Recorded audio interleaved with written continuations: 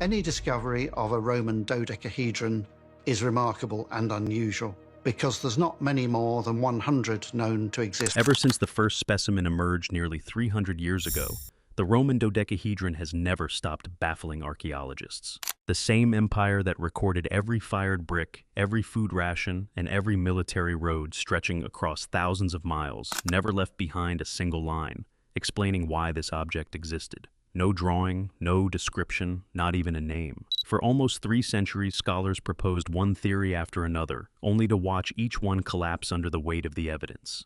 But now, an almost perfectly preserved specimen has emerged from a sealed layer of soil in Lincolnshire, England.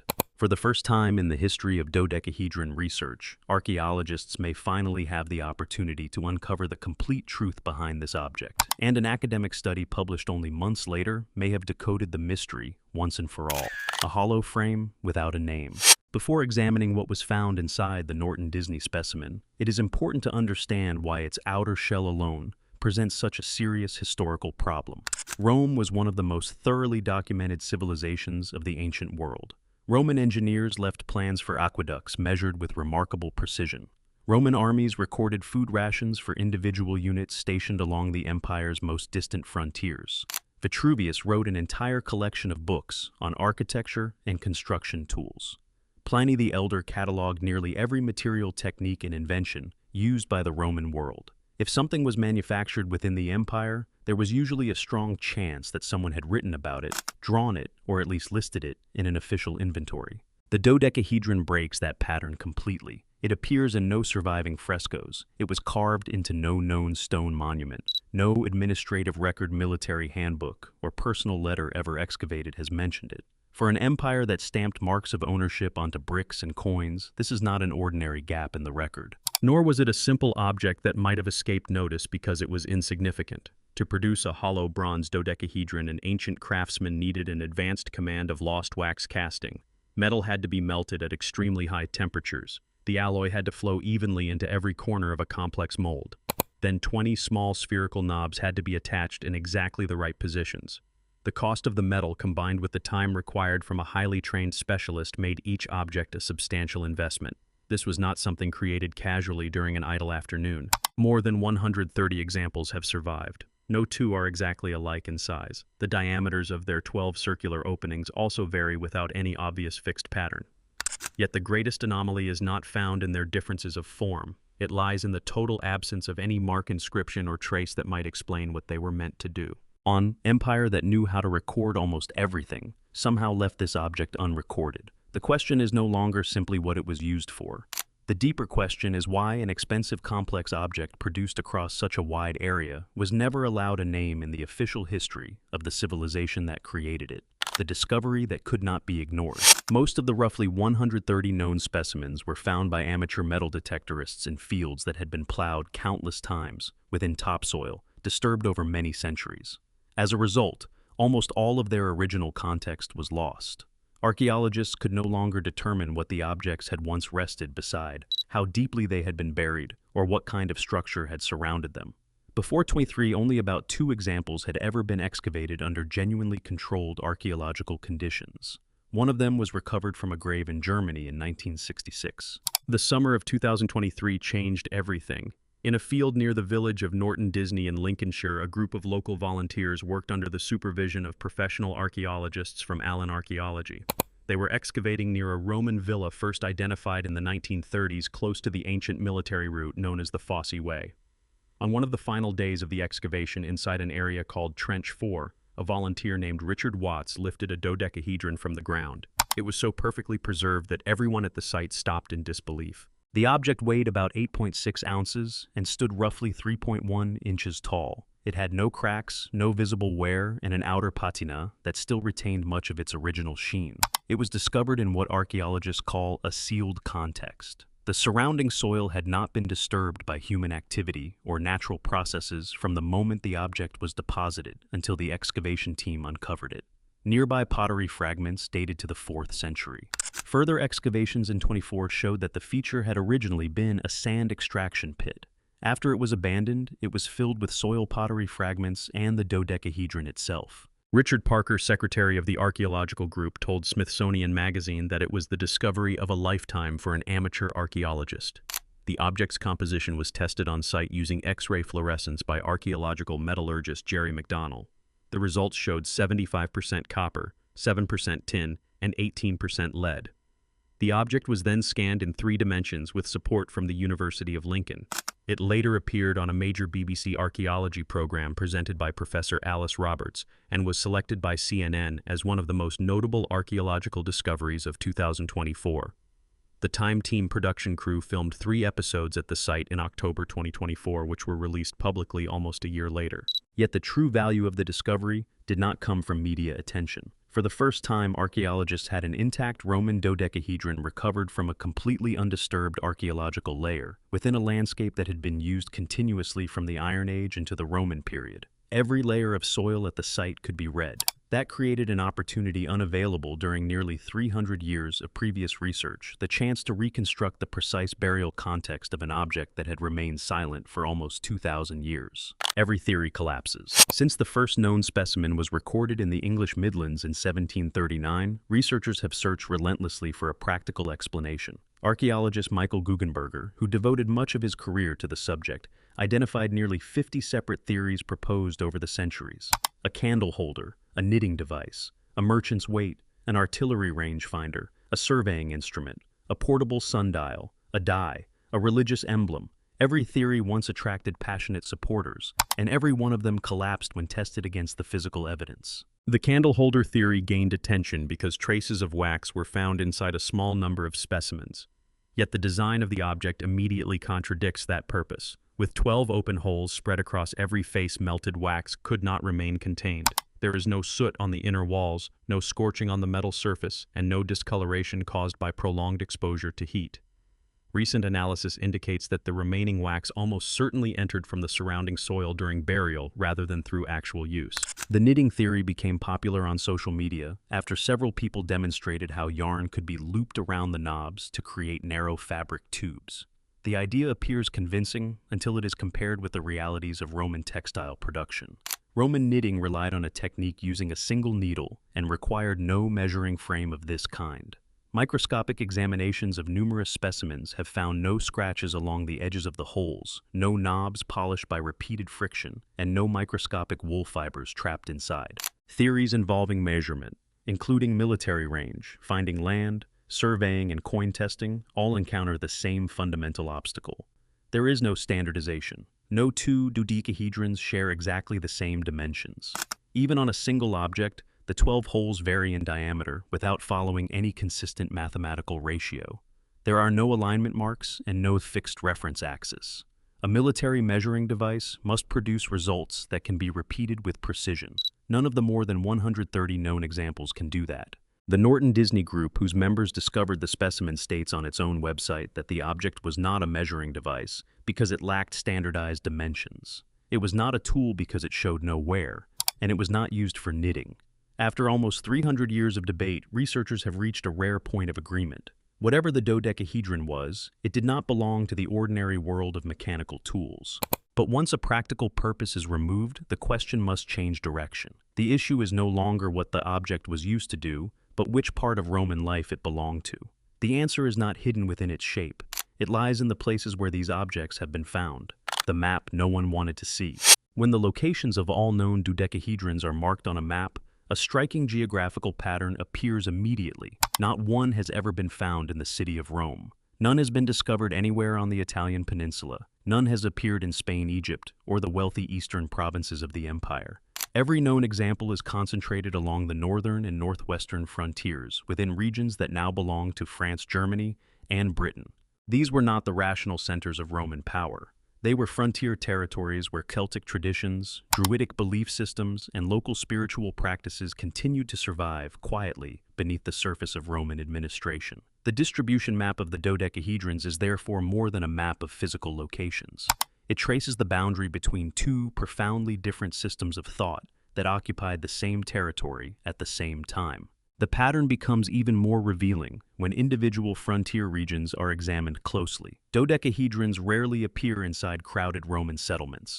They are more often found near ancient burial grounds, shallow river crossings, wells, and natural boundaries separating villages from deep forests. Within Celtic understandings of sacred space, these locations were not merely features of the landscape. They were thresholds, places where the boundary between the world of the living and the world of the dead was believed to be at its thinnest. The Norton Disney specimen was found very close to a known Roman villa and beside the ancient military road called the Fosse Way. Yet this landscape carries far more than a Roman identity.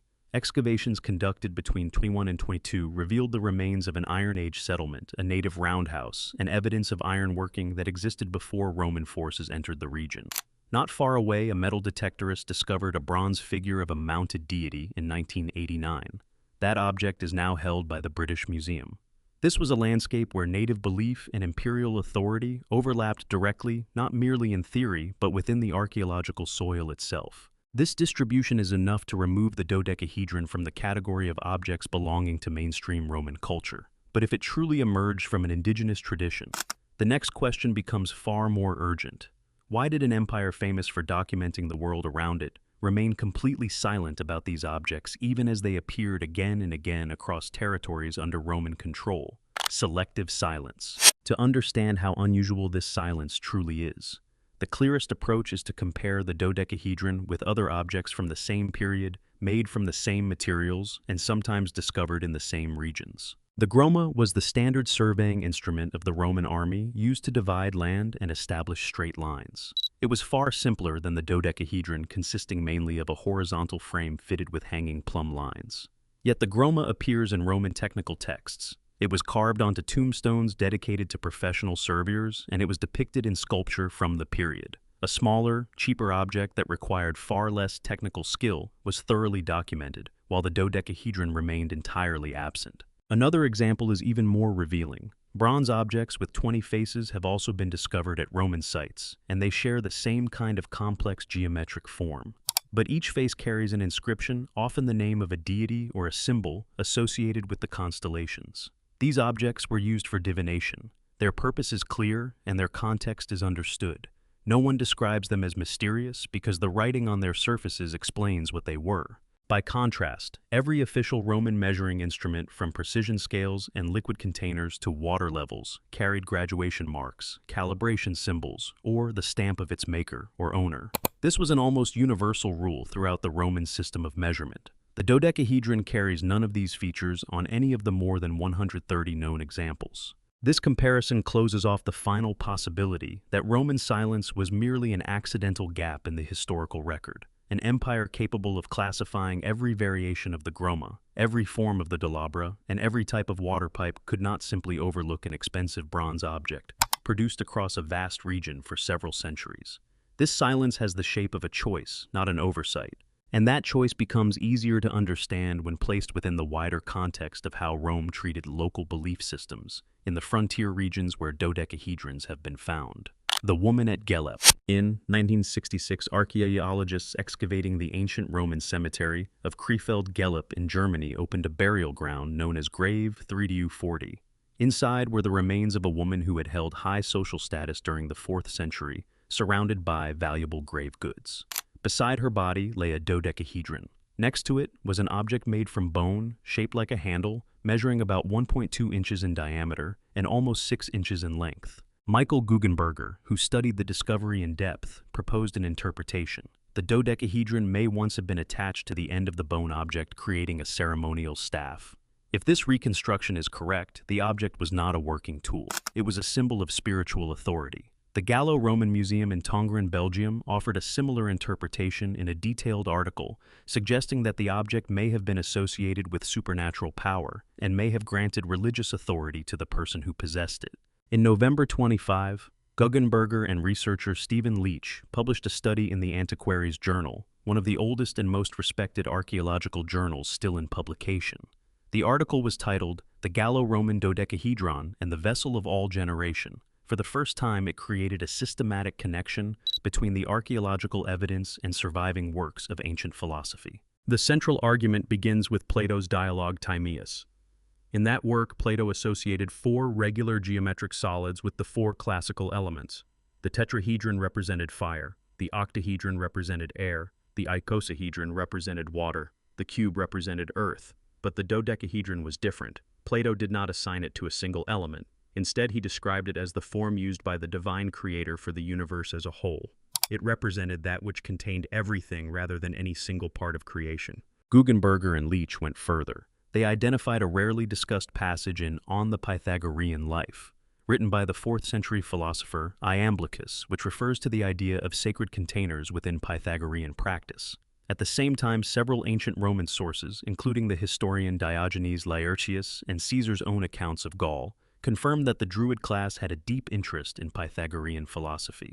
This is not a modern theory projected backward into the ancient world. The Romans themselves recorded the connection. However, both authors maintain the necessary level of caution. They state that the hypothesis remains unproven, although it deserves serious consideration. The bone object from the Gellup burial is too poorly preserved for deeper analysis. Other dodecahedrons have been found in an extraordinary variety of settings, including public baths, military camps, riverbeds, coin hoards, and even refuse pits. That diversity makes it difficult to assign every example to a single purpose based on one burial alone. The Norton Disney specimen is expected to undergo further analysis at Newcastle University, but the results have not yet been published. What can be said at this stage is that every surviving piece of evidence points in the same general direction, while none points convincingly toward an alternative, what Rome did not want to record. When all these pieces are placed together, a coherent picture begins to emerge. This was an expensive bronze object produced with some of the highest technical skill available at the time. It carries no signs of wear, suggesting that it was never used as an ordinary working tool. It bears no inscriptions and no measurements, placing it outside Rome's official technical system. It appears only in the northern frontier provinces where Celtic and Druidic traditions survived beneath the administrative structure of the empire. These objects are often discovered near cemeteries, river crossings, and wells locations, associated with thresholds in local belief. At Gellup, one was placed in the grave of a high-status woman, beside what may have been a ceremonial handle. At Norton Disney, another was carefully deposited in the ground beside 4th century pottery within a landscape that contains clear evidence of native religious traditions continuing alongside Roman occupation. Together, these clues point toward one conclusion. The dodecahedron was most likely a ceremonial object belonging to a local spiritual tradition.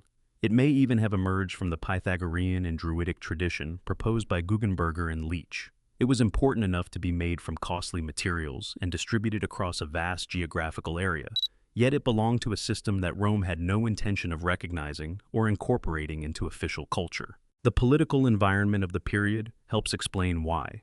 The Roman state imposed strict laws against unauthorized religious practices. Activities classified as magic or divination could be criminalized under legislation, such as the Lex Cornelia.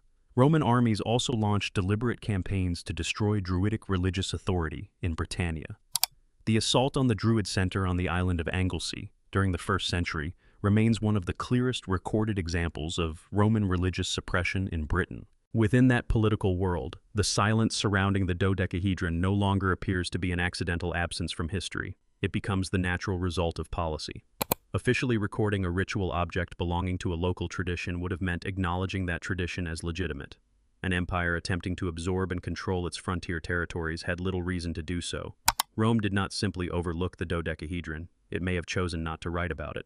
The people who possessed these objects along the northern frontier seem to have understood their position. Some buried them carefully and deliberately in places where the soil could preserve them through time. The Norton Disney dodecahedron remained underground for almost 17 centuries, sealed within an undisturbed archaeological context, until a volunteer returned it to the light on a June afternoon in 2023. The story is not yet complete. The specimen still awaits more detailed scientific analysis at Newcastle University. It will be the first intact dodecahedron from a completely undisturbed archaeological context to receive such extensive examination in a modern laboratory. The Norton Disney Archaeological Group planned to return to the site in June 2086 to investigate a nearby Roman kiln area and expand the wider picture of this remarkable landscape. The work of Guggenberger and Leach has opened an important door, but the room beyond it has not yet been fully illuminated. What can be stated with confidence is that the communities of the ancient frontier created an object precise enough to survive 2,000 years beneath the ground.